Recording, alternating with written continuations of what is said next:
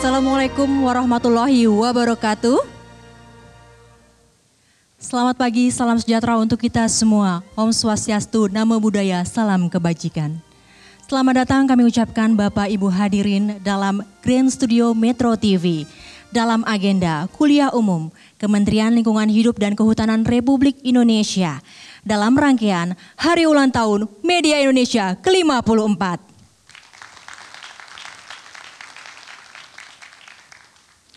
Baik Bapak Ibu, sebelumnya izinkanlah saya Berlin Fridiari mengucapkan selamat datang dan terima kasih kepada yang terhormat Ibu Siti Nurbaya Bakar, Menteri Lingkungan Hidup dan Kehutanan Republik Indonesia. Selamat datang Ibu. Dan juga kepada Bapak Muhammad Aris Marfai, selaku Kepala Badan Informasi Geospesial. Selamat datang Bapak. Dan juga kepada Bapak Muhammad Mirdal Akib, selaku dari CEO Media Group. Selamat datang Bapak. Dan juga telah hadir Bapak Gaudionsius Suhardi, selaku Direktur Utama Media Indonesia. Selamat datang seluruh jajaran pimpinan Media Group dan unit usaha, serta tamu undangan yang berbahagia. Kami ucapkan selamat datang dalam kuliah umum dalam kuliah umum Menteri Lingkungan Hidup Republik Indonesia dengan tema Transformasi Ekonomi Lingkungan Indonesia.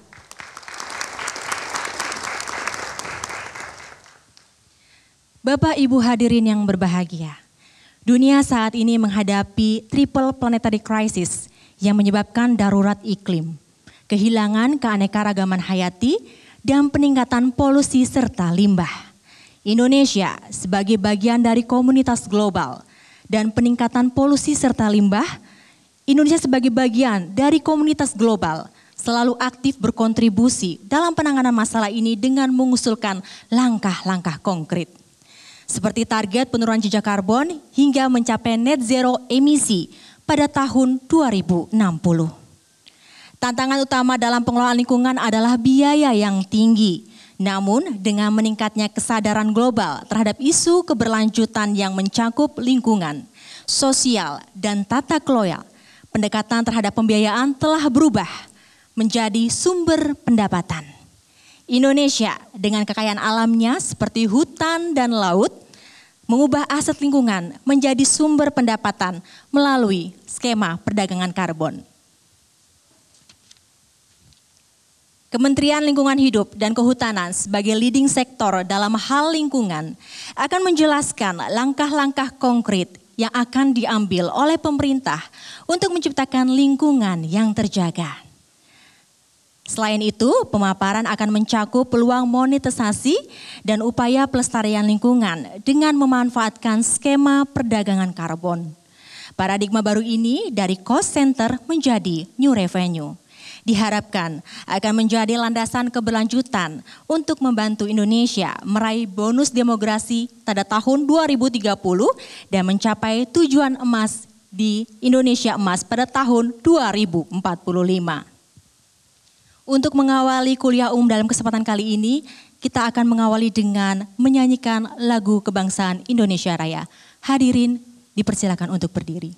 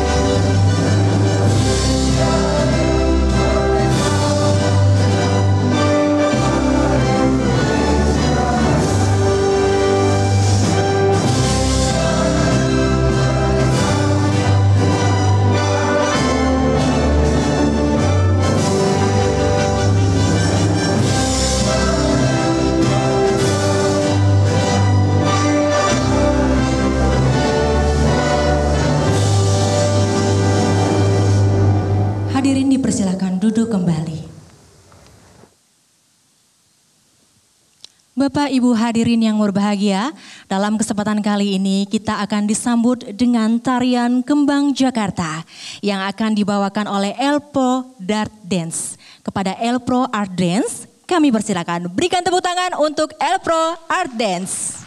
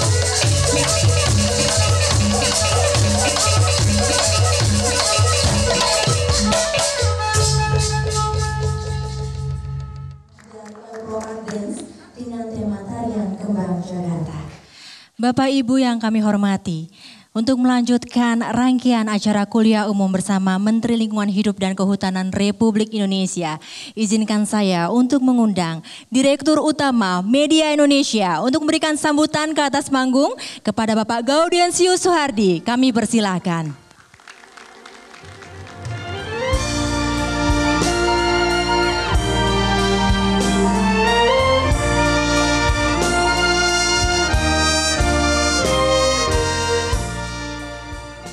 Assalamualaikum warahmatullahi wabarakatuh.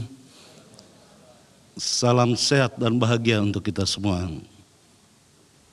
Senang sekali berkumpul di sini, ada Ibu Menteri, Pak Mirdal, jajaran pimpinan Media Group, Bapak Ibu undangan semuanya.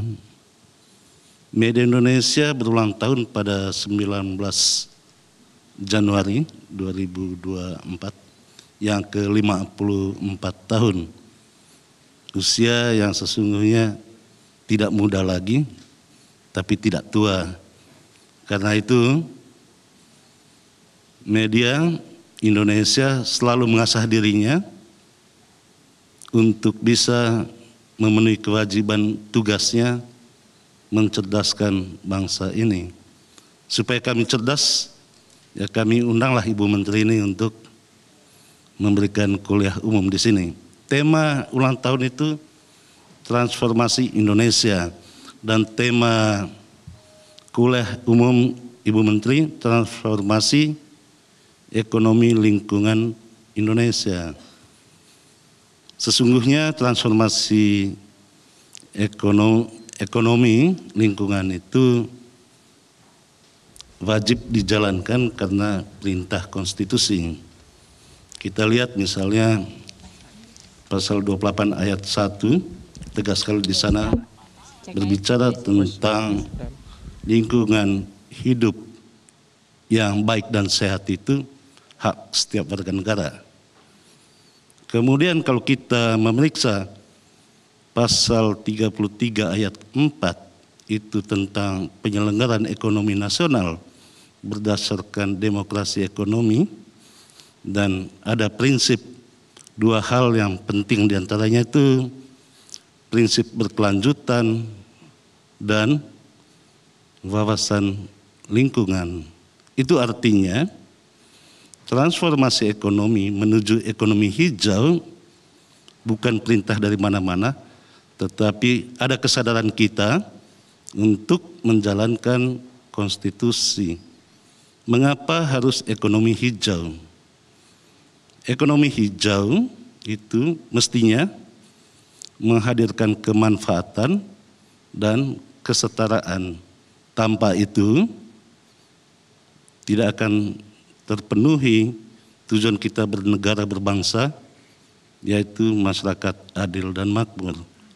Sebaik-baiknya perekonomian itu disusun, dikerjakan, tetap jauh lebih baik untuk kepentingan seluruh masyarakat.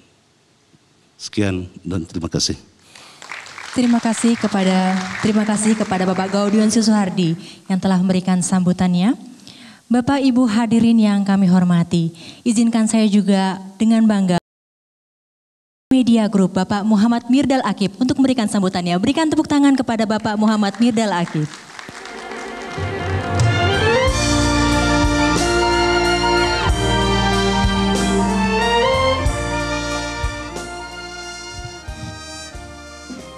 Terima kasih. Assalamualaikum warahmatullahi wabarakatuh. Selamat pagi, salam sejahtera buat kita semua. Yang saya hormati dan kami banggakan Ibu Menteri Lingkungan Hidup, Ibu Siti Nurbaya, kemudian Bapak Direktur Airnav, Kepala Badan Informasi Geospasial, Bapak Muhammad Aris Marfai, Pak Gaudens sebagai Direktur Utama Media Indonesia, tuan rumah kita hari ini, para pimpinan unit usaha Media Group, para hadirin semua yang berbahagia.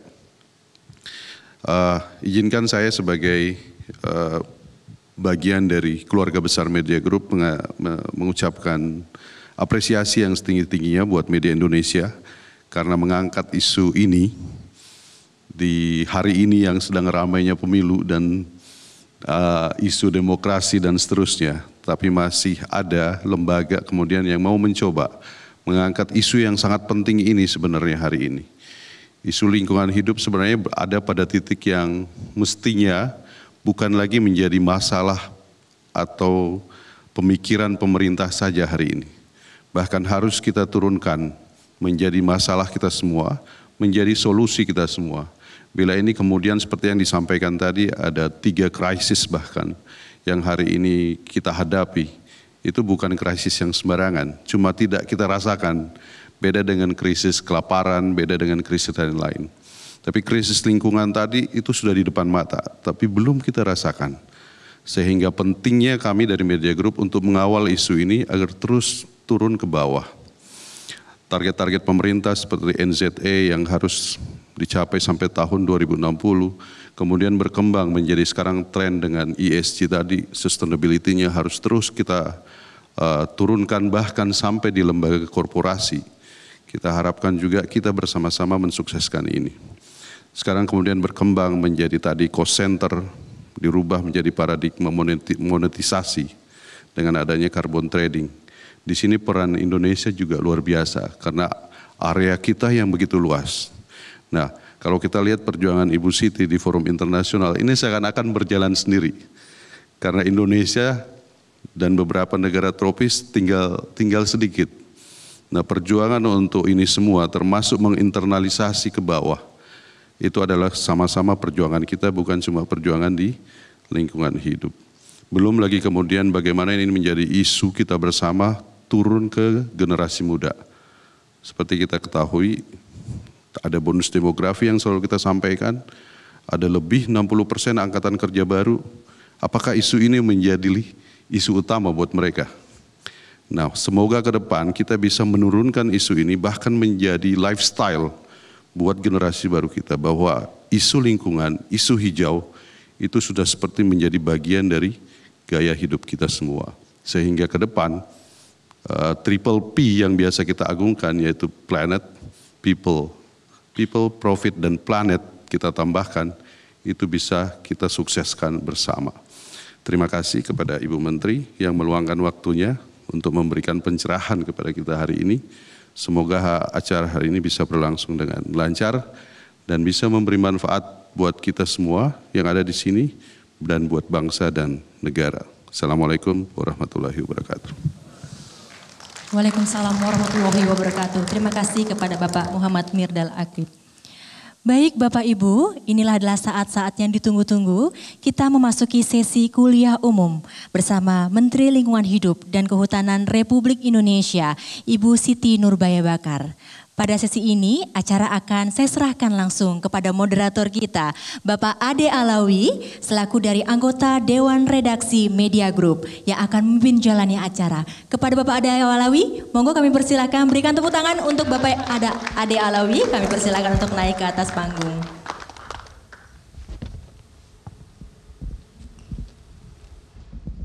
Assalamualaikum warahmatullahi wabarakatuh. Selamat pagi, salam sejahtera bagi kita semua hadirin yang berbahagia. Pada kesempatan yang baik ini, dalam suasana bahagia, dalam rangka ulang tahun Indonesia yang ke-54, kita akan mendiskusikan tentang kehidupan kita, tentang nasib kita yang tinggal di muka bumi. Tadi disampaikan bahwa kita menghadapi 3 bencana. Pertama ada krisis iklim, kemudian biodiversity loss, dan air pollutan dan limbah yang meningkat. Ini tentu saja menjadi ancaman dan sudah nyata. Sebanyak 21 jiwa mengungsi karena climate disaster. Dan Indonesia tentu saja harus berpartisipasi, harus berkontribusi bagaimana menyelamatkan kehidupan di dunia ini.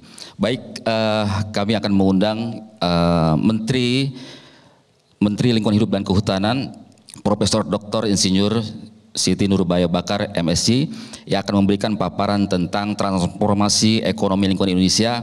Kita ingin tahu bagaimana tantangan, bagaimana permasalahan lingkungan kita, dan bagaimana kita bisa berkontribusi untuk menyelamatkan kehidupan di dunia ini. Terutama bagaimana kita meminimalisir 3 bencana tadi. Baik, kami mengundang Ibu Menteri Lingkungan Hidup dan Kehutanan, Profesor Dr. Siti Nurbaya Bakar, MSc.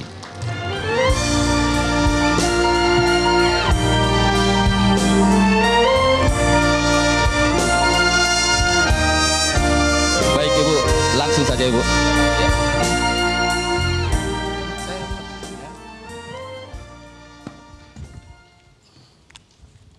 Langsung ya? Ya langsung Bu. Baik, terima kasih. Bismillahirrahmanirrahim. Assalamualaikum warahmatullahi wabarakatuh. Shalom, Om Swastiastu. Yang saya hormati CEO Media Group, Dirut Media Indonesia, dan jajaran pimpinan Media Group, ada Kepala BIG, Bapak Ibu undangan yang saya hormati. Saya bersyukur hari ini ada di sini dan terima kasih atas undangan dan penghargaan ini. Dan selamat hari ulang tahun ke-54 kepada media Indonesia. Hari ini saya diminta untuk menyampaikan catatan dengan tema transformasi ekonomi lingkungan Indonesia. Saya nambahin dengan menuju titik keseimbangan. Tadi sudah diberikan beberapa background-nya dan sangat jelas. Dan saya mencoba mengembangkan dan mengajak untuk kita melihat latar belakang kompleksitasnya. Itu tadi persoalannya, tapi sesungguhnya ada kompleksitas. Dan terima kasih di dalam term of reference juga media Indonesia mempertegas soal environment, social and governance.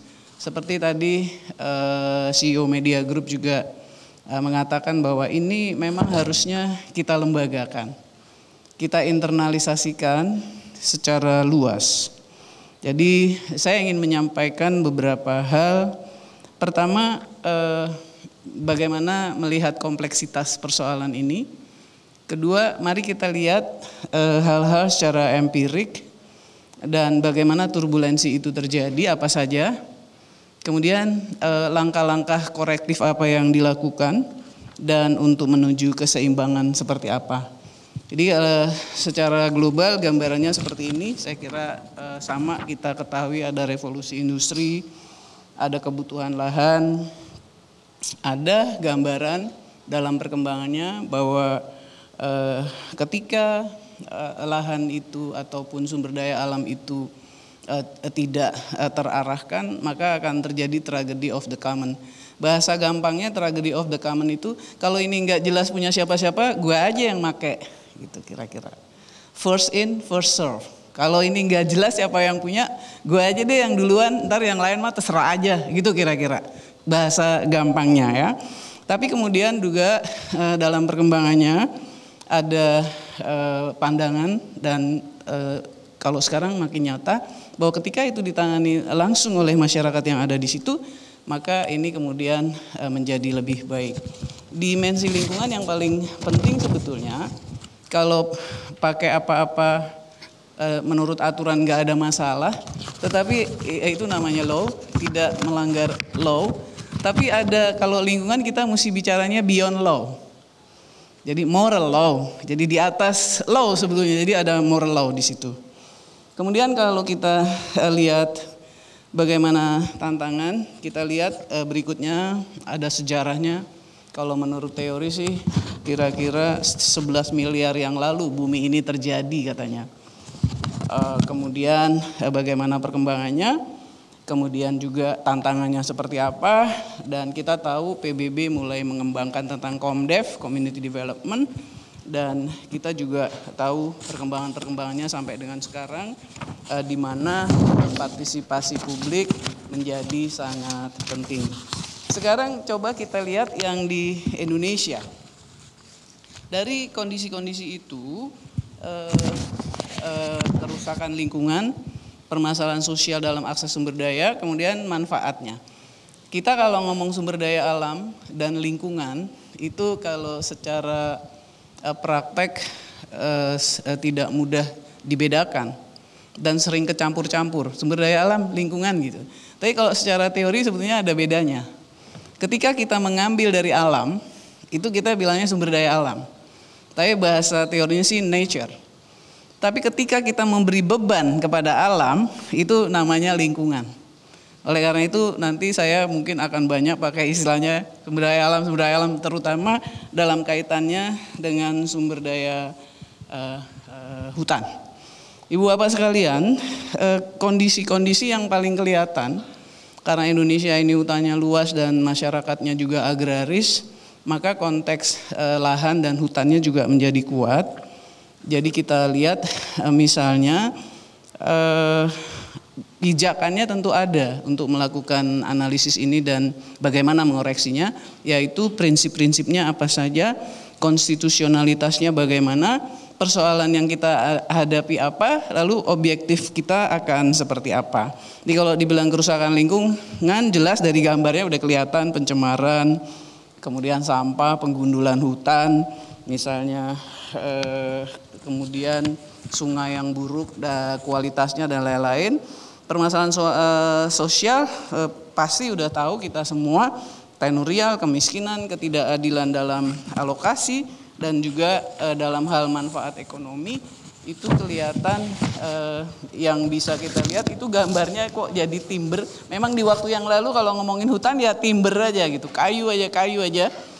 Kemudian sekarang udah berubah, tidak melulu kayu, walaupun kayu nggak bisa ditinggalkan karena kita termasuk produser yang cukup kuat. Kemudian lebih banyak sekarang kepada non kayu, hasil hutan non kayu. Ibu bapak sekalian, pada dasarnya di kawasan hutan itu bisa aja dilakukan semua kegiatan ekonomi, tapi dengan syarat secara ekologi sustainable, secara social acceptable, secara ekonomi visible.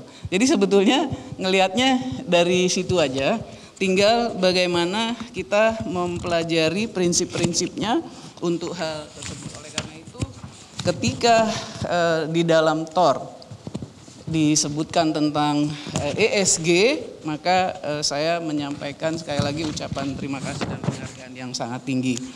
Tadi Bang Gaudens dan Bang Midal juga menyebutkan soal konstitusionalitas. Ibu bapak sekalian, sebetulnya untuk seluruh persoalan sumber daya alam termasuk hutan juga, kita ngelihatnya sih, termasuk karbon juga, kita ngelihatnya sih sebetulnya tidak rumit-rumit gitu ya. Karena tadi pasal 28H cukup jelas. Kemudian juga soal hak warga negara untuk memperoleh lingkungan. Jangan lupa juga ada soal di mana hak warga negara untuk produktif. Saya selalu mengatakan kepada para dirjen, ini izin-izin ini harus diberikan semua karena ada perintah Undang-Undang Dasar bahwa negara menyiapkan warga negara dan masyarakat untuk bisa produktif. Itu juga alasan mengapa kita kemudian mempermudah berbagai izin, tentu saja dengan kontrol di sustainability dan environment-nya. Jadi yang mesti dilihat pertama adalah hak konstitusional. Kemudian di dalam prosesnya dari sumber daya alam itu, kalau sudah bahwa semua sumber daya alam bumi dan seisinya itu dikuasai oleh negara dan diolah, dimanfaatkan sebesar-besarnya untuk kemakmuran rakyat, itu namanya hak konstitusional. Seperti yang saya tadi bilang, mendapat lingkungan yang bersih, dia boleh produktif, dan tentu saja kesejahteraan. Setelah jelas hak konstitusional, maka hak operasionalnya itu diberikan kepada siapa oleh negara. Negara kan ada penyelenggara negara, yaitu pemerintah. Pemerintah dipilih secara sah dengan instrumen pemilihan umum. Jadi kalau pemilu itu kan to run, to win, the election, to govern gitu ya. Maka parpol berebutlah untuk menang karena mau governing dia, gitu ya. Nah, hak operasional ini itu diberikan kepada pemerintah dan juga bisa kepada dunia usaha yang mendapatkan delegasi untuk melakukan operasionalnya, dan juga kalau sekarang kepada kelompok-kelompok masyarakat. Kemudian jangan lupa dari apa yang dioperasionalkan itu lalu mendapatkan gross margin pendapatan, maka itu lalu menjadi hak ekonomi masyarakat. Kalau di struktur keuangan makro sih, kalau yang masuk ke APBN, di APBN kemudian berjalan diaktualisasikan, itu termasuk hak ekonomi. Ibu bapak sekalian, kita tahu bahwa tentu saja tekanan kepada alam ini yang paling penting. Sebetulnya apa aja sih kaitan antara populasi dengan lingkungan? Yaitu yang pasti kan kalau populasinya bertumbuh pesat, pelayanan publiknya mesti disiapkan. Pengelolaan lingkungan hidup dan tata guna lahannya juga. Kemudian bagaimana persoalan disparitas wilayah, serta juga ada persoalan kohesi sosial. Jadi gambarannya kurang lebih seperti itu.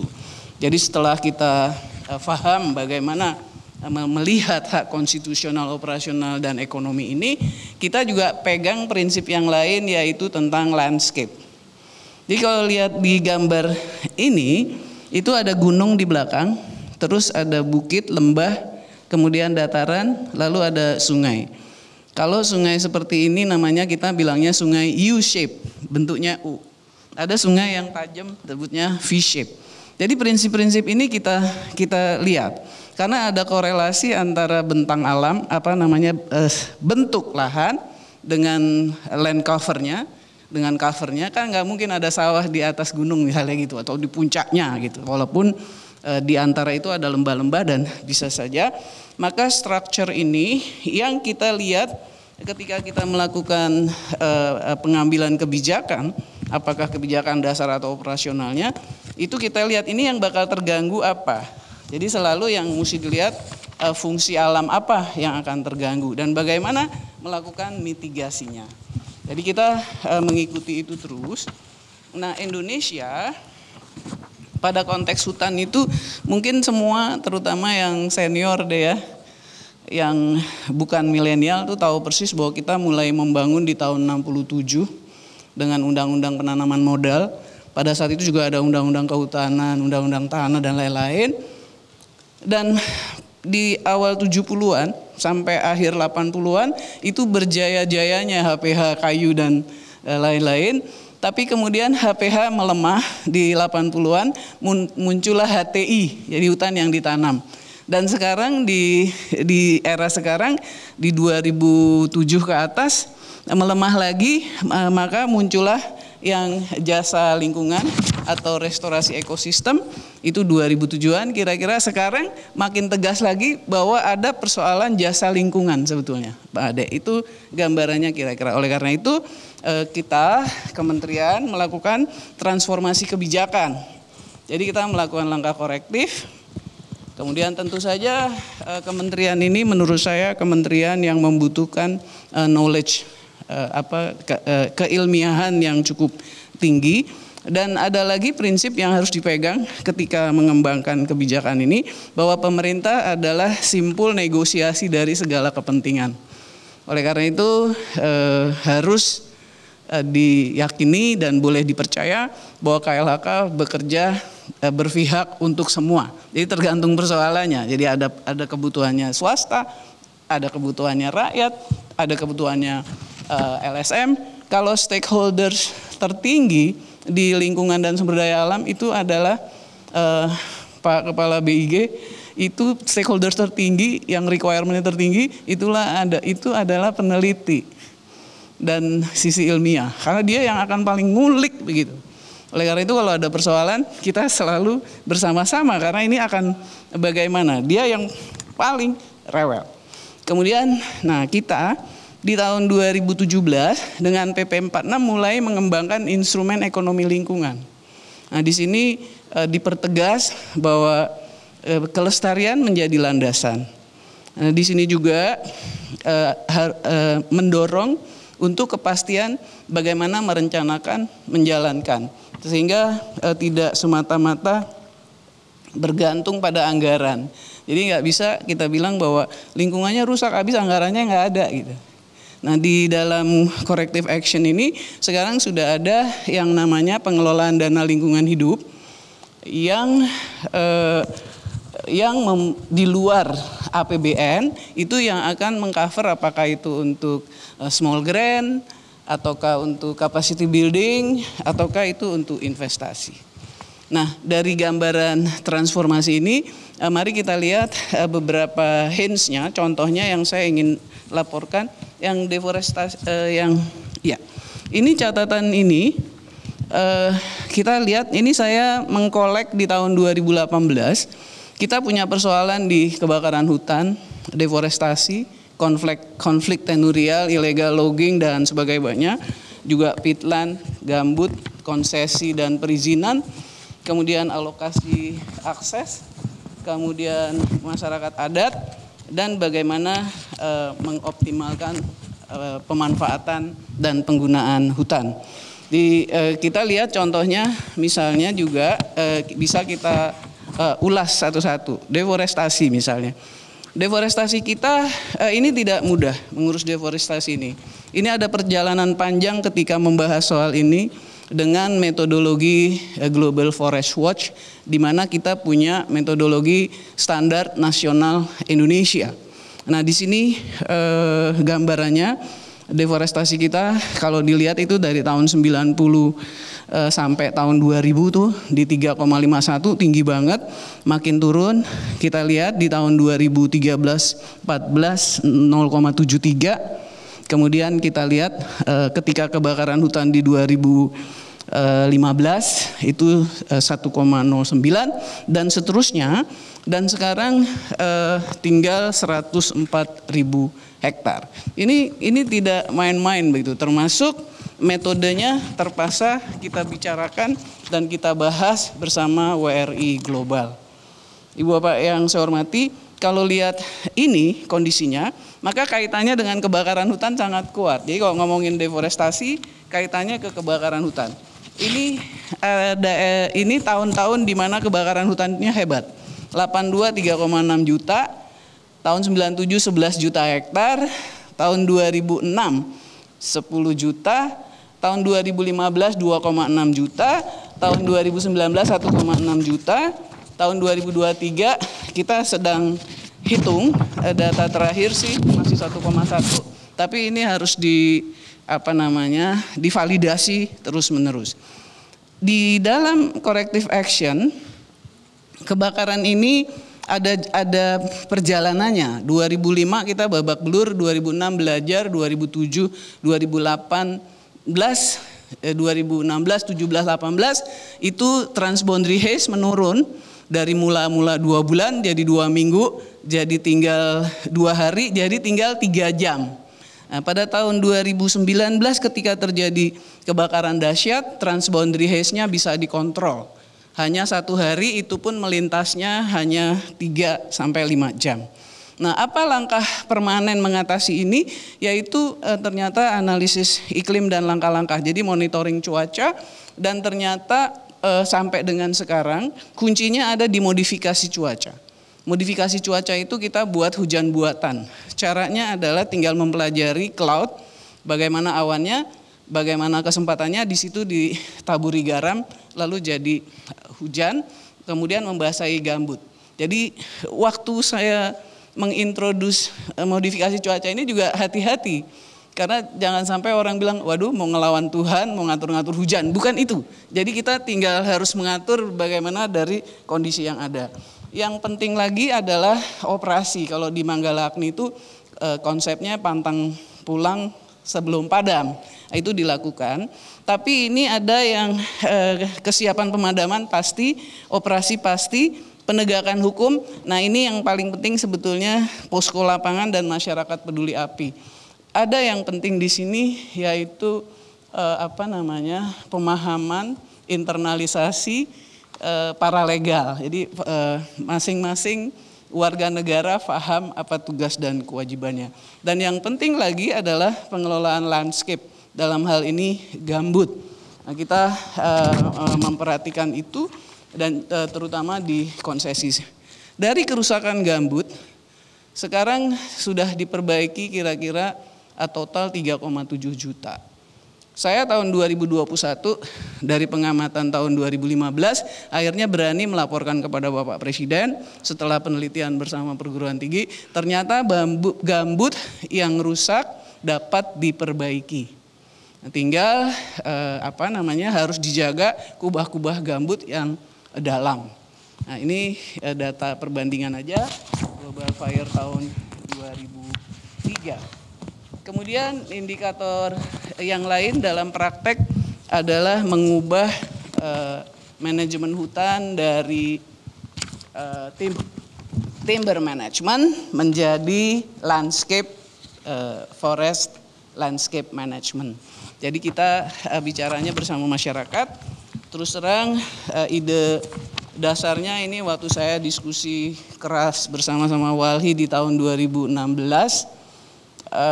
Ada Bung Sensi kayaknya di sini ya. 2016 kita bicara bersama-sama Walhi, itu tentang bagaimana akses kelola hutan untuk kelompok masyarakat. Selain itu, sebagai indikator juga adalah bagaimana sistem legalitas kayu.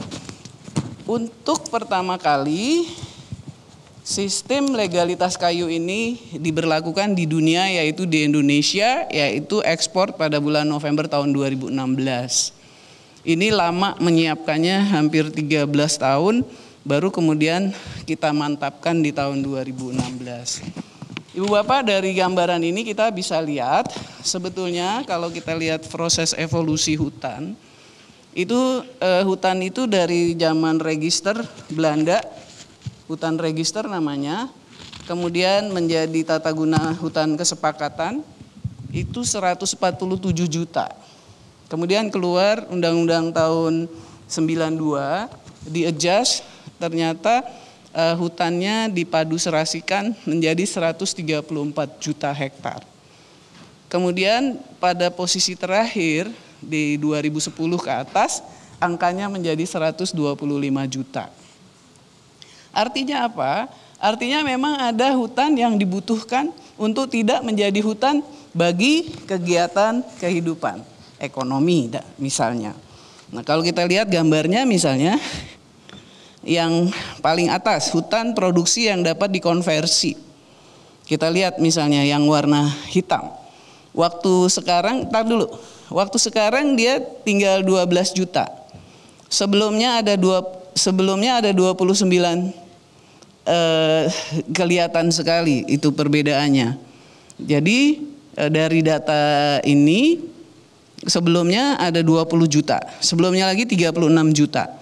Jadi ini menunjukkan bahwa memang ada yang bisa dikeluarkan, hutan-hutan tertentu dengan syarat dan kondisi tertentu bisa dikeluarkan. Sehingga keluarlah yang hutan sosial tadi yang saya katakan, yang hasil dari rembukan bersama kawan-kawan, para aktivis, kemudian kelihatan datanya sebagai berikut. Kita lihat. Sebelum tahun 2017, karena hutan sosial ini kita mantapkan di tahun 2016 bulan September, kita mulain. Saya ngeberesinnya cukup lama tuh, dari akhir Oktober, termasuk tadi dengerin dari aktivis 2015, dia jadi fix regulasinya di bulan September 2016. Itu pada saat itu izin untuk hutan, untuk izin-izin itu ada 42 juta, untuk korporasinya 96%, untuk masyarakatnya cuma 4%. Kita koreksi kebijakannya, maka pada tahun 2023 datanya untuk akses masyarakat menjadi 18,36% dan korporasinya 81,64%. Konsepnya adalah kita hidupkan grassroots, komunitas, tapi juga kita beri kesempatan dunia usaha karena dia prime movernya perekonomian. Oleh karena itu keseimbangan antar pelaku juga ini kita lakukan. Jadi itu, kemudian hutan adat juga. Ini juga sesuatu yang penting, dan untuk pertama kali hutan adat dilakukan secara di pengakuannya secara resmi oleh Bapak Presiden pada tanggal 31 Desember. Nah, dari situ kemudian terus kita olah, kemudian sudah ada pengakuan SK pengakuan hutan adat 131, kemudian juga ada juga, karena begini, hutan adat itu membutuhkan pengakuan terhadap masyarakat adatnya yang ditentukan oleh Perda. Jadi kalau perdanya belum selesai, areal hutannya sudah kita reserve dan tidak boleh diapa-apain lagi, kecuali untuk masyarakat adat yang bersangkutan, itu luasnya sudah 840.000 hektar. Ini semua masuk dalam agenda yang disebut perhutanan sosial, yang values-nya adalah, kita lihat ya berikutnya, values-nya adalah pemanfaatan untuk kesejahteraan rakyat, kemudian partisipasi masyarakat, respect kepada ekologi dan fungsi alam, function of nature, konservasi, perlindungan hutan, keseimbangan, dan kesadaran untuk preservasi. Yang berkembang lagi, sekarang kita bisa lihat bahwa kelompok hutan sosial ini ada yang udah ekspor. Dari 8 ribuan kelompok, kira-kira yang jagoan ada 50 apa 60 kelompok se-Indonesia. Dan itu kelasnya kelas platinum dan sudah bisa ekspor. Ekspor kopi, ekspor madu, dan lain-lain. Ada yang berkembang lagi, kalau kita lihat datanya, yaitu wisata alam. Memang sekarang itu kelihatan benar. Jadi kalau waktu pertama baru in charge sebagai menteri, saya ditanya Bapak Presiden ini bisa wisata alam. Tapi syarat utamanya adalah aksesibilitas. Oleh karena itu kita lihat sekarang sangat banyak perizinannya wisata alam dan juga kemudian berkembang. Bu, Bapak, ini bagian yang menarik. Selanjutnya apa yang akan terjadi? Turbulensi apa yang sekarang sedang terjadi dan akan bagaimana kita ke depan? Ini kalau yang tadi tahun 2018, ini ada tambahannya. Yang di panah-panah merah yaitu wildlife, kemudian karbon, dan bagaimana kita bisa lead secara internasional. Tetapi kita tetap masih harus jaga-jaga soal deforestasi, soal forest fire, soal peatland dan mangrove, dan soal masyarakat adat. Itu yang panahnya warna kuning. Jadi dari key problems ini pasti ada approach-nya, ada instrumennya, ada indikatorsnya.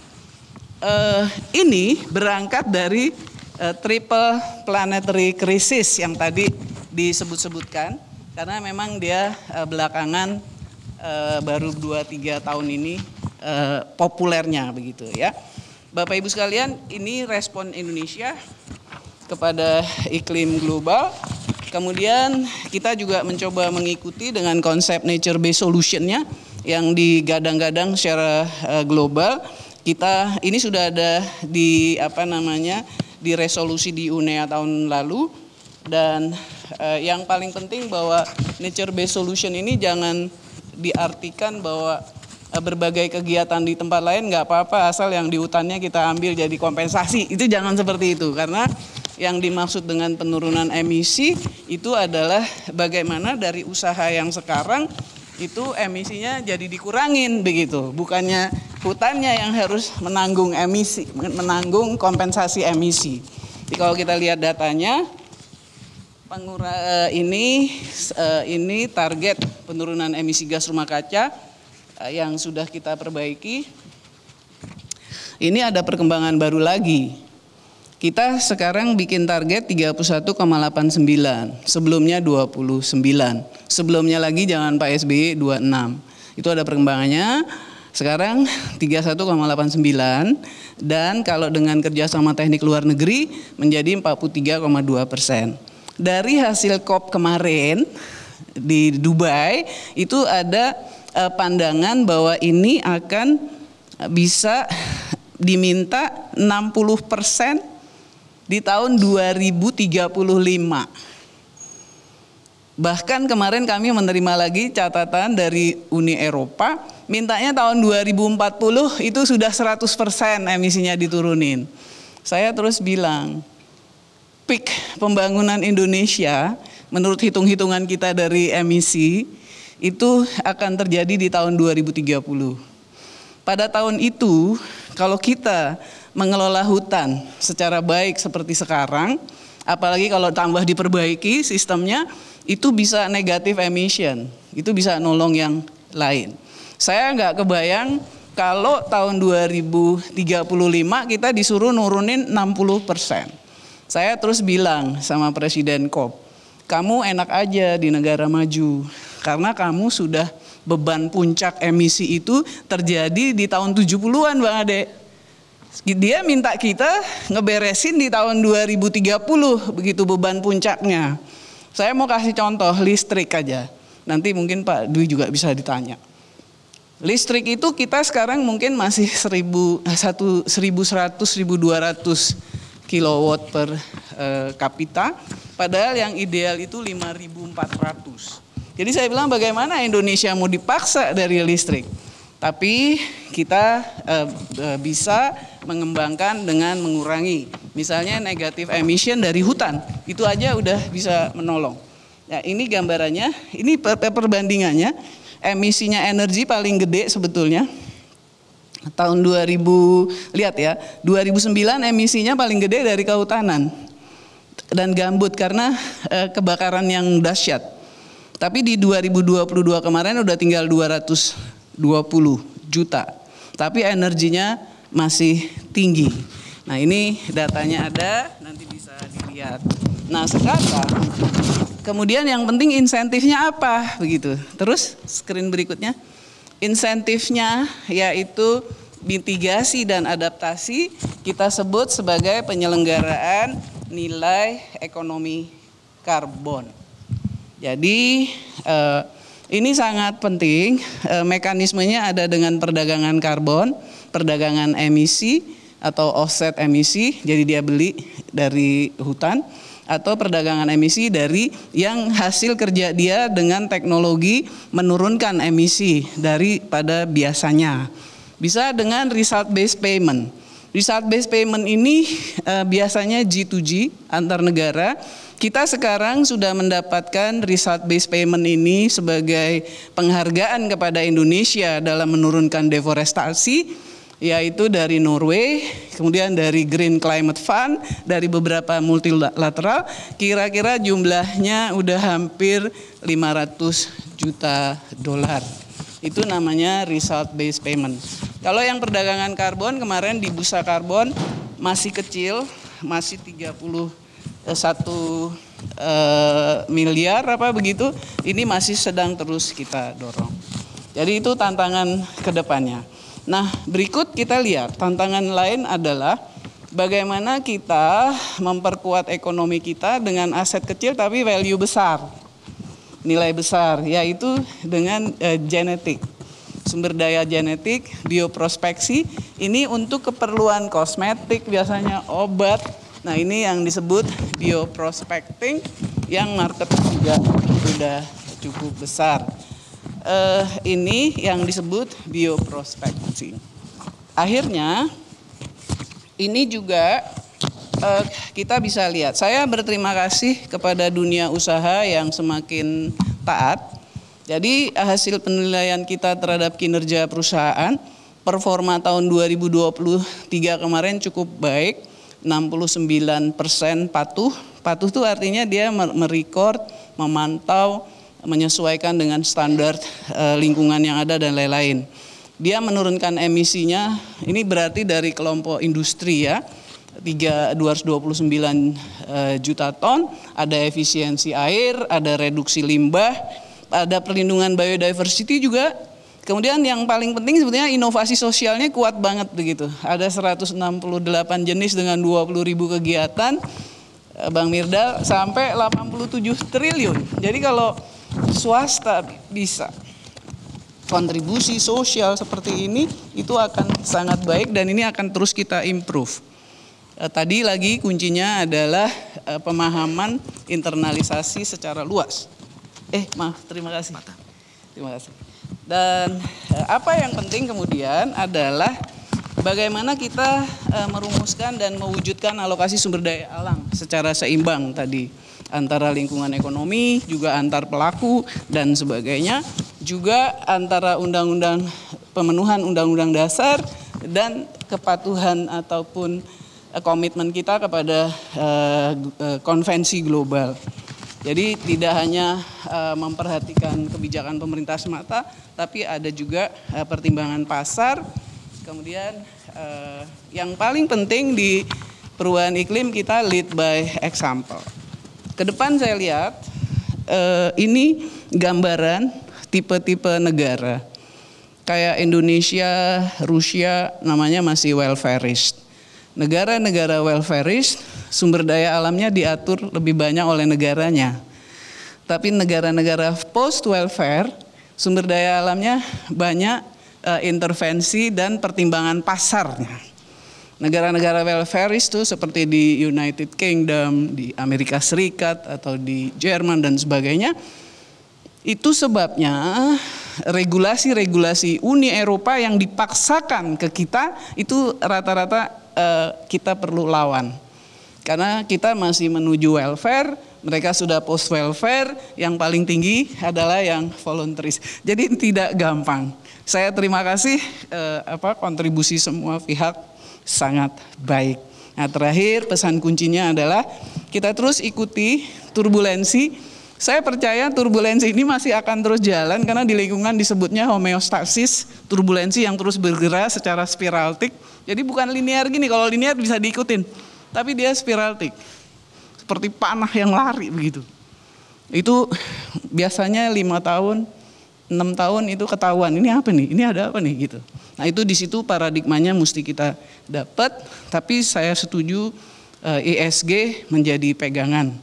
Nah kita akan develop yang small asset, big values, bioprospecting dan lain-lain, teknologi juga bisa jadi basis, terus optimalisasi perizinan. Kalau sekarang perizinan dipermudah, itu bukannya memudahkan swasta, bukan, tetap kontrolnya kuat juga, tapi investasi untuk ekonomi kan perlu didukung. Nah gitu ya, yang masyarakat adat juga perizinan dan lain-lainnya dipermudah juga, masuk juga dalam undang-undang. Nah tentu instrumen-instrumen perencanaan dan sebagainya, dan tentu saja aktualisasi ekonomi dan stimulan dalam hal ini karbon. Saya kira itu Bang Ade, terima kasih Bapak Ibu sekalian, kurang lebih mohon maaf. Terima kasih Ibu, kita kasih aplaus buat Ibu Siti Nurbaya Bakar. Ya. Silakan Ibu.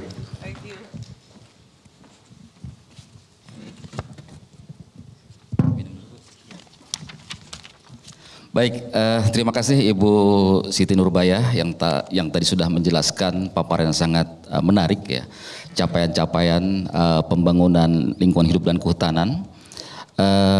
Tadi juga menarik, saya kira kata kuncinya adalah bagaimana era Ibu ini menciptakan keseimbangan baru Bu ya, dengan paradigma baru. Nah ini tentu saja perlu kerja keras semua pihak. Tadi menarik disampaikan oleh CEO Media Group Pak Mirdal bahwa tampaknya LHK ini dalam kesendirian, karena kita tahu bahwa pertumbuhan ekonomi angka-angka kuantitatif seringkali lebih mengemuka daripada kita bagaimana membangun ekologi yang sehat, ekologi yang baik dan berkelanjutan, kemudian juga persoalan aspek manusia yang seringkali terpinggirkan. Nah, bagaimana formula dari Ibu untuk menciptakan satu irisan yang berkesinambungan dan dinamis tentu saja antara ekonomi, ekologi dan unsur manusianya. Kemudian tadi di awal Ibu mengatakan juga bahwa problematika pengelolaan lingkungan beyond law enforcement. Ada konstitusi, ada perundang-undangan yang lain. Kemudian undang-undang kehutanan juga cukup keras juga secara law enforcement. Dan dalam berbagai kesempatan Ibu sering mengatakan bahwa yang utama adalah bagaimana moral dan etik dalam pengelolaan lingkungan hidup. Bagaimana moral dan etik dipegang oleh seluruh elemen bangsa ini. Ibu bisa menjelaskan Bu bagaimana beyond law enforcement dikaitkan dengan moral dan etik, malah Ibu tambahkan spiritual dalam berbagai kesempatan. Bagaimana ini bisa kemudian kita bisa membangun lingkungan hidup dan kehutanan kita yang baik dan berkelanjutan. Terima kasih. Kalau beyond law itu sih contohnya sih nggak sulit ya. Misalnya anjing itu kan termasuk yang nggak dilindungi ya. Jadi sebetulnya nggak apa-apa kalau dia disiksa. Tapi kan beyond law-nya nggak boleh gitu. Dan yang berita terbaru ini kan yang makaka ada videonya digoreng dan lain-lain, itu saya sedang dalami. Secara aturan dia tidak apa-apa. Artinya dia bukan dilindungi secara aturan, tapi dicarikan aturan lain bahwa melakukan penyiksaan itu tidak boleh. Jadi hal-hal seperti itu ada yang secara aturan nggak apa-apa, tetapi di balik aturan itu ada apa-apa juga begitu yang secara publik sulit dapat diterima. Jadi kalau aspek-aspek lingkungan sangat banyak yang seperti itu. Kemudian bagaimana kita ini kan memang ESG apa segala sosial koherensi ekonomi lingkungan itu kan bahasa-bahasa sorga gitu ya. Gampang diomongin tapi bentuk empiriknya seperti apa? Kalau yang kita lihat contohnya misalnya begini. Kita banyak mengalami konflik tenurial di mana masyarakat berhadapan akhirnya juga dengan pemegang konsesi. Nah, berarti kan masyarakatnya harus ditolong. Karena kan masyarakatnya nggak ada tempat lain lagi, dia adanya di situ. Nah, maka keluarlah perhutanan sosial. Perhutanan sosial aja masih bicara bukan di lahan konsesi yang udah dapat izin buat swasta. Tapi ternyata ada juga yang masih banyak, mungkin kira-kira 1,2 juta hektar lah areal konsesi itu yang ada masyarakatnya. Maka kita kembangkan sekarang sudah selesai ini, baru selesai dan akan kita terapkan bahwa dunia usaha juga harus bersama-sama mengakomodir masyarakat yang ada di situ. Tapi harus saling menguntungkan. Nah, misalnya dibentuk kelompok di situ, dia mengusahakan agroforestry, kemudian sayur-sayuran atau apapun nanti dijual ke perusahaan untuk karyawannya. Jadi seperti ini, itu namanya kemitraan konsesi hutan. Jadi hal-hal seperti itu memang dapatnya nggak gampang Bang Ade. Ngedevelopnya itu dari tahun 2015, ini baru ketahuan, oh di hutan sosial ternyata kita bisa formulasikannya baru di September 2016. Terus berkembang. Oh ternyata yang masyarakat adat masih ada persoalan di legitimasi kelompok adatnya. Oke, kalau gitu di undang-undang ditegaskan bahwa legitimasi kelompok adat difasilitasi oleh pemerintah. Dalam hal ini pemerintah bisa bersama pendamping para aktivis. Jadi dia berkembang terus. Oleh karena itu saya kira irisan-irisan sosial, ekonomi dan lingkungannya, sustainability-nya, dan kalau saya malah mau nambahin governance-nya. Bagian terakhir yang saya sampaikan soal tadi resource market allocation dan government allocation itu adalah persoalan governance. Jadi kalau kita misalnya mau urusan karbon, swasta bisa nggak langsung ke swasta luar negeri? Harusnya nggak bisa, karena kita kan ada governance, yaitu memenuhi NDC-nya negara juga. Paling tidak dia bisa record. Tapi prestasi dia, kelebihan dia boleh langsung, seperti itu. Jadi secara praktek memang harus kita dapatkan dulu, baru kita kerjakan, lalu kita akan dapat formulasinya. Baik Ibu, terima kasih. Kami mengundang juga hadirin untuk urun rembuk dalam diskusi pada pagi hari ini. Di sini banyak pengusaha, akademisi, kemudian juga mitra-mitra kami di sini. Kami persilakan bila ada yang mau menyampaikan pandangan atau pendapat atau bertanya terkait dengan transformasi ekonomi lingkungan. Ya, silakan, mohon panitia membantu untuk mic-nya. Mohon Ibu menyebutkan nama dan asalnya. Selamat pagi, Ibu Siti. Pagi. Kita ketemu lagi, Bu. Ibu Siti ini adalah salah satu karate yang kami sama-sama di satu perguruan karate. Jadi hati-hati dengan Ibu Siti, Pak. Ibu mohon namanya Bu dan asal, karena ini direkam. Ya, baik. Nama saya Joanna, saya dari Universitas Dia Nusantara. Saya adalah dosen komunikasi. Saya terima kasih sekali media Indonesia mengundang kami di sini karena saya lihat pembicaranya Ibu Siti dan mengenai lingkungan. Memang sih isu lingkungan ini Bu, kalau kami di akademisi itu ada yang namanya komunikasi lingkungan. Nah, yang ingin saya tanyakan setelah saya membaca dan mendengar yang Ibu paparkan tadi, ada beberapa pertanyaan Bu. Sekarang kalau kami di universitas itu kami banyak berbicara tentang komunikasi lingkungan. Tetapi kalau kita berbicara tentang komunikasi lingkungan Bu, banyak sekali lingkungan-lingkungan yang dijadikan bisnis. Contoh, kalau saya pergi ke Sentul, di situ banyak sekali resto-resto yang memanfaatkan lingkungan di situ. Tetapi kalau kita mau masuk ke resto atau menikmati indahnya alam itu, kita harus bayar. Sedangkan mereka menggunakan alam. Alam itu kan ciptaan Tuhan. Nah, saya pengen tanya deh Bu, satu aja Bu. Gimana caranya Kementerian Lingkungan Hidup untuk mengatasi hal-hal banyak sekali pengusaha-pengusaha kuliner memanfaatkan lingkungan tersebut. Kita tidak bisa menikmati karena kita harus membayar jika masuk ke dalam lingkungan kuliner tersebut. Dan terus yang kedua Bu, langkah-langkah apa? Kan tadi banyak sekali ya undang-undangnya ya, ada yang membuat kita bahagia karena kita dijamin sama pemerintah, sama negara untuk itu. Tapi bagaimana cara mengurangi kerusakan lingkungan akibat pemanfaatan dari alam yang ada di sekitarnya? ya oleh pembisnis lah Bu, kurang lebih seperti itu. Terima kasih Ibu, selamat pagi. Terima kasih Ibu Joanna. Pertanyaanmu dari Ibu Joanna dari Universitas Dian Nusantara. Terima kasih Kakak Jo. Saya senang banget nih kalau banyak dosen komunikasi di sini, sebab dalam subjek lingkungan itu sebetulnya dua hal pokok yang menjadi pijakan dasar, yaitu pertama kebijakan, apakah pajak ataukah insentif disinsentif, pajak atau subsidi, itu kuncinya kalau untuk lingkungan. Yang kedua public campaign.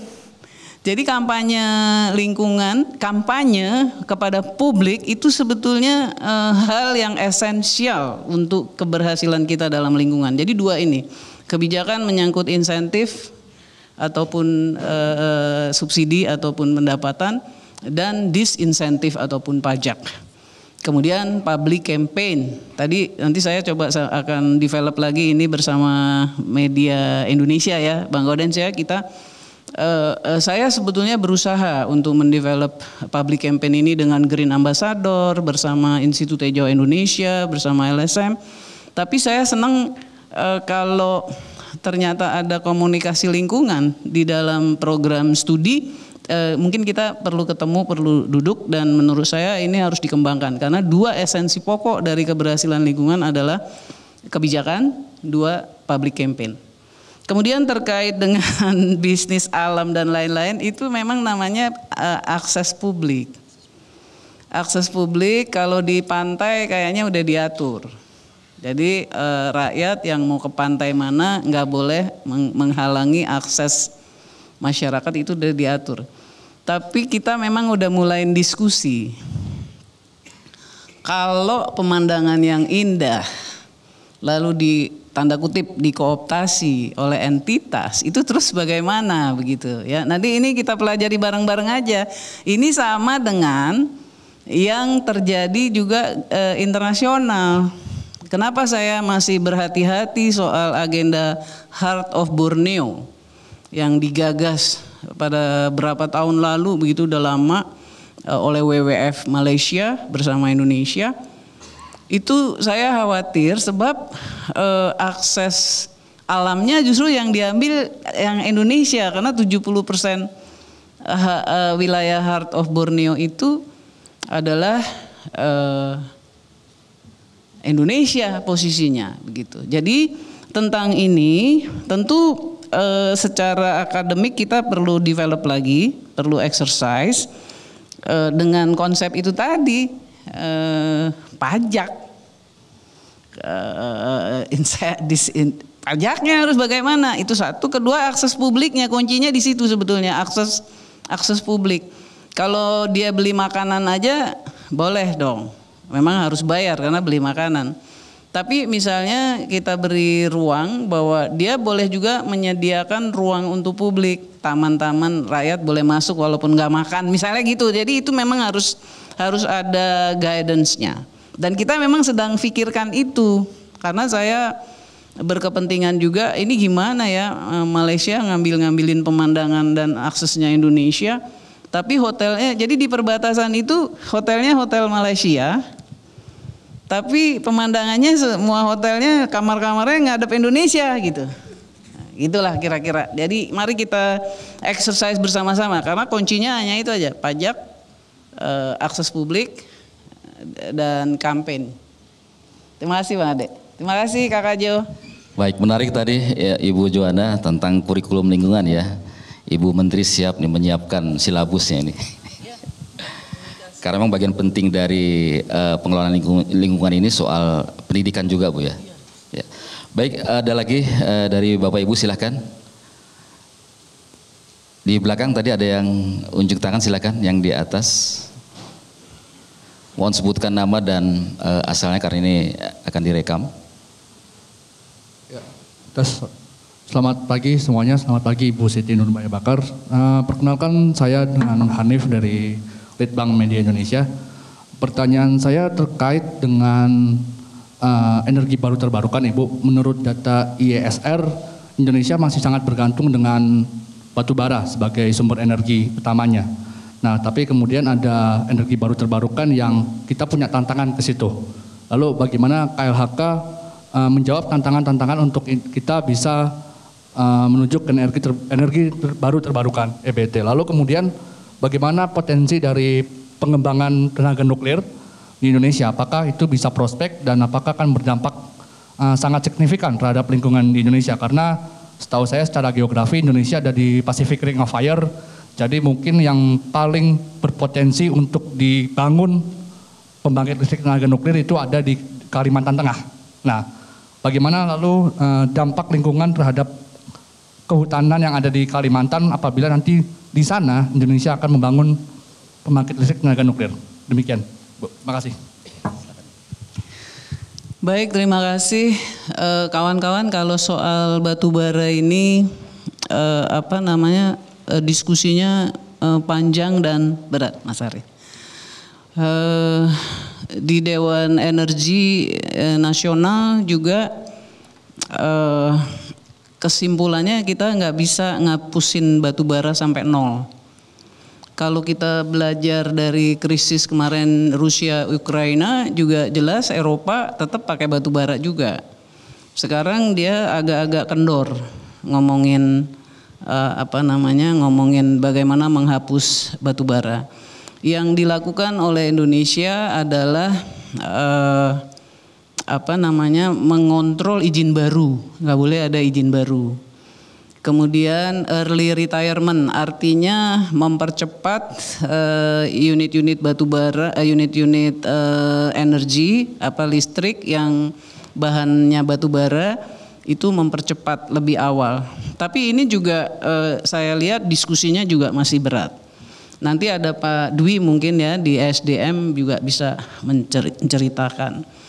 Dan di dalam rencana umum energinya RUTL-nya Dewan Energi dan ESDM itu juga tetap tidak mudah untuk menghilangkan batu bara.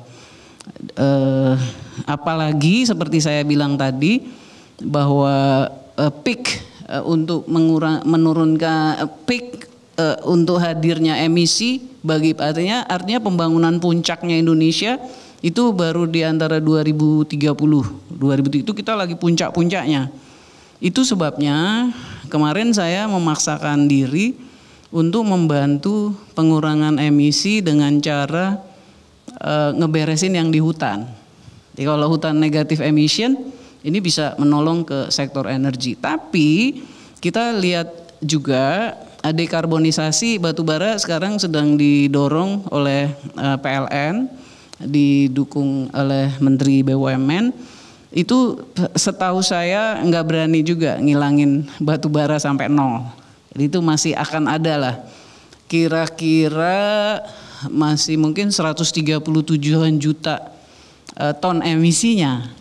Saya bilang kurangi lagi gitu biar sama-sama nurun. Nah, tapi kemudian ada kebijakan, nanti mungkin bisa ditanya ya kalau ada kuliah umum energi, yaitu soal carbon capture and storage. Ini juga untuk dalam negeri kelihatannya bisa menolong karena emisi yang dikeluarkannya bisa dengan teknologi itu bisa disimpan di carbon capture. Kalau nuklir, kami sudah bahas, nuklir itu sekarang Batan secara organisasi supervisinya di KLHK. Kita sudah pelajari, dan ini juga saya minta Dirjen belajar di Jepang juga soal nuklir, ternyata bisa diatasi. Tapi waktu diajak bicara formal, Jepangnya nggak mau. Waktu yang kemarin nuklir kena itu ya, saya bilang ayo kita diskusikan gitu. Dia jadi informal menjelaskannya, tapi sebetulnya bisa diatasi di Jepang. Cuma kalau minta dokumennya resmi dari Jepangnya nggak mau. Saya nggak ngerti, tapi mungkin itu udah soal geopolitik, geostrategi ya. Nah, tapi di Indonesia kalau referensinya Jepang itu sebetulnya harusnya bisa harusnya. Tapi waktu saya tanya Pak Presiden, Pak ini bagaimana Pak Presiden? Bapak bilang di ini aja dulu deh Bu Nur, diteliti dulu aja gitu. Jadi bukannya nggak boleh juga, diteliti dulu aja. Dan yang sedang di-exercise sekarang oleh Batan adalah yang nuklir skala kecil. Di pulau-pulau yang kecil kalau nggak salah ada di atasnya Kepri begitu. Nah kita sedang ikuti terus perkembangannya. Ya mudah-mudahan bisa ya. Terima kasih. Baik, masih ada satu lagi. Ya silakan Ibu.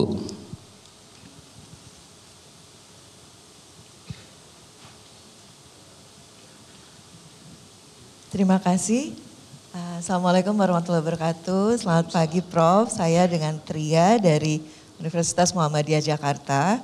Saya juga dosen komunikasi Prof. Dan sangat tertarik dengan isu-isu tentang komunikasi perubahan iklim. Yang ingin saya tanyakan dan saya juga tadi tertarik banyak sekali kata-kata yang atau narasi-narasi yang sangat complicated yang dari ilmu sosial itu rasanya sangat sulit dipahami dalam jangka waktu yang sangat cepat. Ada seperti NEZ, bahkan mitigasi dan adaptasi pun harusnya selalu dikampanyekan, selalu disosialisasikan. Nah, sebetulnya siapa ya Prof yang sebetulnya harus mengkomunikasikan mitigasi dan adaptasi perubahan iklim ini? Karena leading sektornya yang saya tahu ada di Ditjen PPI ya Prof ya. Hanya leading sektor komunikasi pemerintah yang ada di Kominfo itu apakah selalu dilibatkan dan bagaimana nanti strategi komunikasi untuk pengendalian perubahan iklim. Itu saja Prof, terima kasih. Assalamualaikum warahmatullahi wabarakatuh. Wah saya senang nih hari ini nih bisa mikir program dan agenda lain untuk memperbaiki lagi begitu ya. Tadi saya udah bilang bahwa kunci dari lingkungan itu adalah kebijakan. Dalam hal ini insentif dan disinsentif atau bahasa terangnya pajak atau subsidi. Yang kedua public campaign, itu teorinya udah bilang begitu gitu, nggak bisa ada yang lain. Kita dengan demikian mungkin harus memikirkan gimana ke depannya difasilitasi oleh KLHK, kampus-kampus yang punya program studi komunikasi lingkungan, itu kita kerja bareng deh. Soalnya itu ada ilmunya sendiri. Saya bolak-balik juga minta tolong ke media itu, saya hampir nggak pernah bilang tolong dong bantuin beritain, kalau saya nggak gitu. Tolong dong dibantu komunikasi publik kepada rakyat karena kita bahasanya nggak bisa. Saya tadi itu udah nyari bahasa yang paling sederhana ya Mas Tito ya. Nah ini ada Mbak Nuke nih, nanti Mbak Nuke dari Humas yang akan develop. Ini tadi dari Muhammadiyah sama dari mana Kak Jo? Universitas Dian Nusantara Bu. Oke. Jadi itu kita coba kembangkan, kita bahas akan seperti apa begitu ya. Mitigasi dan adaptasi itu mitigasi itu menurunkan, memang ada bedanya ya kalau adaptasi dengan misalnya proklim. Jadi apa namanya menerangkan dengan prakteknya. Jadi learning by doing-nya itu memang harus dipraktekin dan harus ada apa ya elemen yang membantu dan mendorong. Saya sih selalu berpikir tadinya para jurnalis, saya terus terang mempersepsikan jurnalis itu Bang Ade itu ahli. Kan tentu ada yang ahli yang dasar, ada yang operasional gitu ya. Saya menempatkan khusus yang namanya media atau jurnalis itu karena dia membantu pemerintah untuk menjelaskan. Kalau birokrasi sih hampir nggak pernah ngomong orangnya. Saya bilang kamu kalau nggak berani ngomong sama siapa-siapa sama pers itu ada dua sebabnya. Satu kamu punya kesalahan, kedua kamu nggak ngerti masalah. Nah, saya bilang gitu. Jadi harus diimprove. Tapi ternyata bukan hanya karena itu, karena ilmunya juga ada ilmunya juga gitu ya. Saya nggak terlalu ngerti, tapi nanti kita coba kita develop aja mumpung masih ada waktu, paling tidak nanti blueprintnya kan bisa kita bangun. Begitu ya. Terima kasih ya. Baik, terima kasih Bu ya.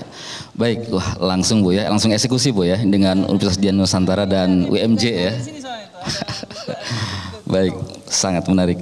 Baik Bapak Ibu semua, kita karena ada keterbatasan waktu, menarik tadi yang dipaparkan oleh Ibu Siti Nurbaya tentang bagaimana transportasi ekonomi lingkungan merupakan sebuah keniscayaan ketika kita ingin menyelamatkan Indonesia, ketika kita ingin menyelamatkan dunia dari 3 krisis. Krisis tentang bencana iklim, kemudian kehilangan keanekaragaman hayati, dan meningkatnya polusi dan limbah. Jadi perlu upaya yang lebih serius. Dan tadi disampaikan juga oleh Ibu Siti bahwa problem pengelolaan lingkungan tidak saja hukum, tapi juga ada aspek-aspek lain, ada aspek hukum, ada aspek pendidikan, budaya dan sebagainya. Juga ada moral dan etika di situ. Kemudian yang lain tadi perlunya sesegera mungkin menyusun silabus tentang komunikasi lingkungan, sehingga pergerakan dari pembangunan ekonomi, pembangunan lingkungan hidup yang berkelanjutan bisa betul-betul dimulai dari dunia pendidikan. Baik, Bapak Ibu semua, terima kasih banyak atas perhatiannya. Wabil khusus kepada Ibu Profesor Dr. Siti Nurbaya Bakar, Ibu Menteri Lingkungan Hidup dan Kehutanan yang telah memberikan waktunya dan pencerahannya kepada kita semua. Terakhir Ibu, saya ingin memberikan pantun. Di tahun politik banyak janji menguar. Rakyat berharap, cakapnya belum nih ya. Di tahun politik banyak janji menguar. Rakyat berharap tidak hanya asal bicara. Mari kita jaga hutan dengan benar, agar kita hidup nyaman dan sejahtera. Demikian saya Ade Alawi, mohon maaf kalau ada kekurangan. Wabillahi taufiq wal hidayah. Wassalamualaikum warahmatullahi wabarakatuh. Kita ketemu diskusi nanti siang. Terima kasih. Mohon izin Ibu untuk tetap berkenan di atas panggung bersama Pak Ade Alawi juga. Dan juga mohon berkenan kepada Bapak Gaudionsius Suhardi selaku Direktur Utama Media Indonesia untuk ke atas panggung, karena ada kenang-kenangan dari Media Indonesia kepada Ibu Siti Nurbaya yang telah mengisi kuliah umum kita pada kesempatan kali ini.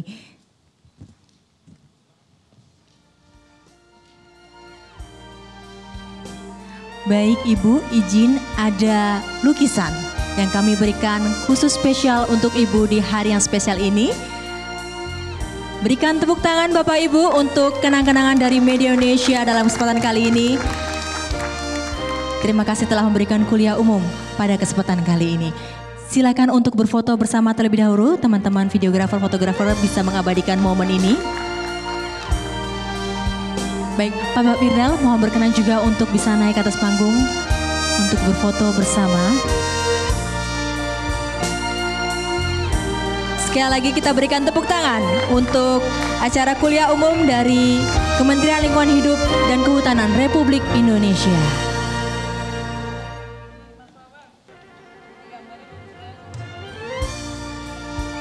Baik, Bapak Ibu dipersilakan untuk duduk kembali.